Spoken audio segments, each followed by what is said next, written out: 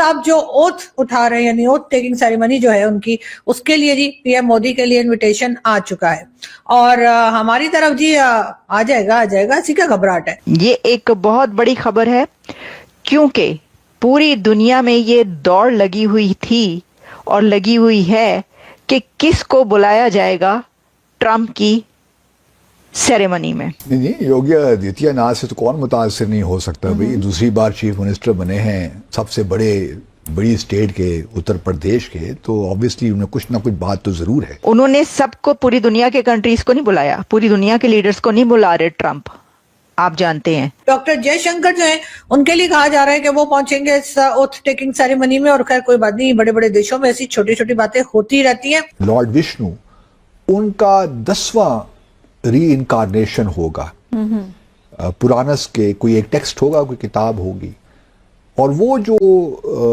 री इनकारनेशन या अवतार होगा वो संभल में इस जगह पे होगा। हम तो ये सुनते रहे, गजनवी से लेके गंडापुर तक सारे सोमनाथ जाते थे और इंडिया पे हमला करते थे, और ये तो हमारे मुसलमान ब्रदर थे पाकिस्तान में रहने वाले, लेकिन अब लग रहा है कि इस मुसलमान ब्रदर को कुचलने के लिए दोनों तरफ से कोई प्लान हो रहा है। तो मुसलमानों को जरा दिल बड़ा करना चाहिए। जय हिंद दोस्तों, भारत और अमेरिका की दोस्ती अब परवान चढ़ने लगी है। दरअसल अब जो बाइडेन की सरकार जा रही है और ट्रंप 20 तारीख को राष्ट्रपति पद की शपथ ले रहे हैं, तो मोदी जी को न्योता आ चुका है ट्रंप का, और वहीं इस बार मोदी जी ने जाकर भारत के विदेश मंत्री एस जयशंकर जाएंगे इस ओथ सेरेमनी में।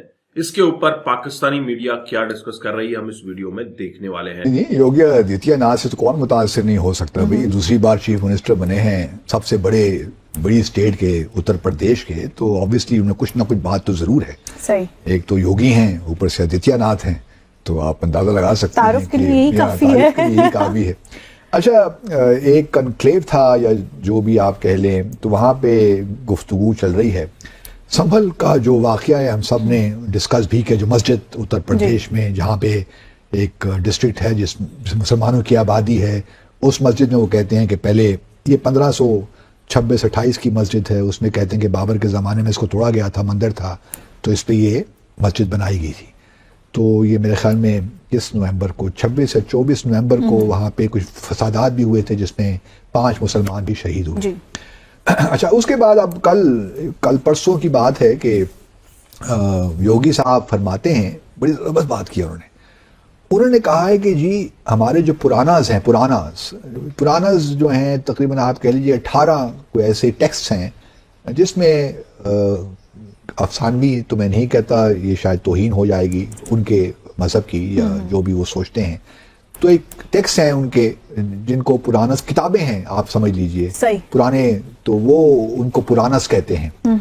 उसमें बहुत सी टेक्स्ट है, मुझे सही नाम उनके याद नहीं आते, लेकिन उसमें ब्राह्मा भी है, ब्राह्मा और भी हैं, तो वो कहते हैं कि ये तो 4-5 हज़ार साल पुराने हैं, और उसमें ये जिक्र है इसमें अल्लाह भला करे संभल मस्जिद का जी, और वो जिक्र इस तरह है कि यहाँ पे जो ये एक इसको क्या कहना चाहिए कि मुझे इसका नाम भूल गया है, कि जो विष्णु हैं, लॉर्ड विष्णु, उनका 10वां री इनकारनेशन होगा, पुराणस के कोई एक टेक्स्ट होगा, कोई किताब होगी, और वो जो री इनकारनेशन या अवतार होगा वो संभल में इस जगह पे होगा।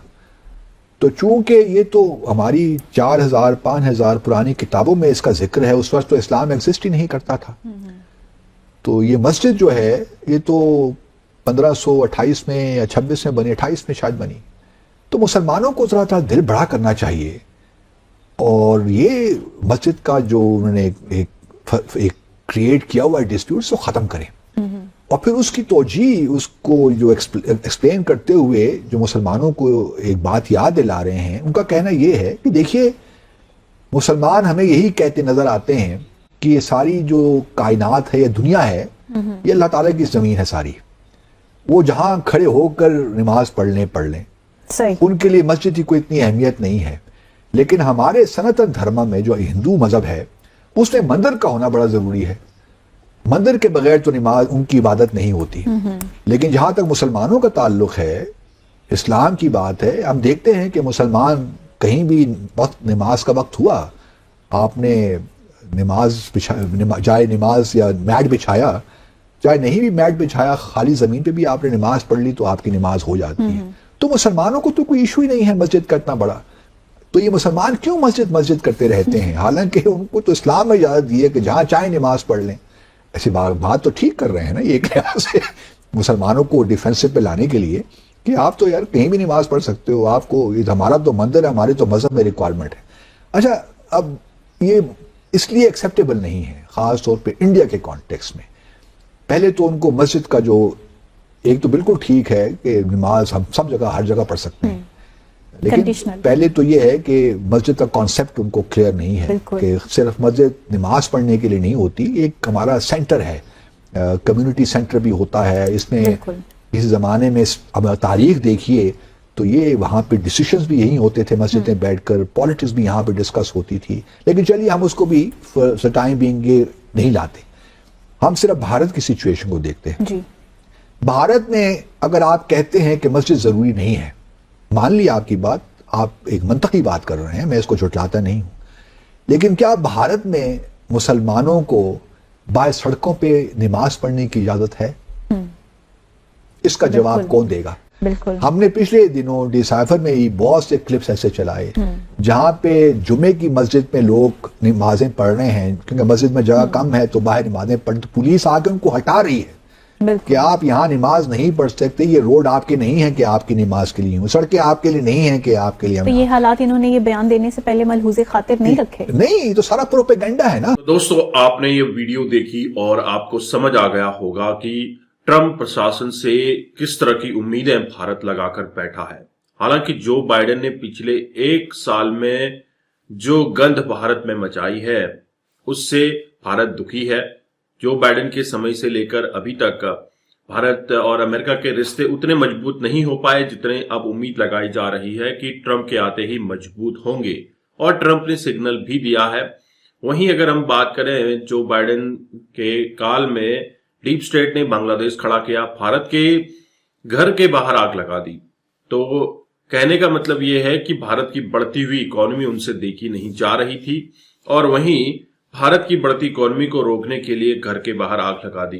वो कहते हैं ना, अगर आपको किसी को घर के अंदर ही रोकना हो, उसकी ग्रोथ को रोकना हो, तो उसके घर के बाहर आग लगा दो। तो यही काम डीप स्टेट ने किया है, और ये बाइडेन के इशारे के बगैर हो नहीं सकता क्योंकि इसमें उसी के नुमाइंदे शामिल थे। लेकिन अगर हम बात करें ट्रंप प्रशासन की, तो ट्रंप प्रशासन में कई इंडियन ओरिजिन के लोग भी हैं, और ट्रंप इंडियन पर बहुत भरोसा करते हैं और इंडियन टैलेंट से वाकिफ है कि किस तरह से वह सिलिकॉन वैली और अमेरिका को प्रॉस्पर कर सकते हैं। इसी के एवज में आप देखें, ट्रंप ने H-1B वीजा को भी सपोर्ट किया है। जब श्री रामकृष्णन को AI का सीनियर सुपरवाइजर बनाया गया था, उस समय पर भी कई लोगों ने अटैक किया था H-1B वीजा को लेकर।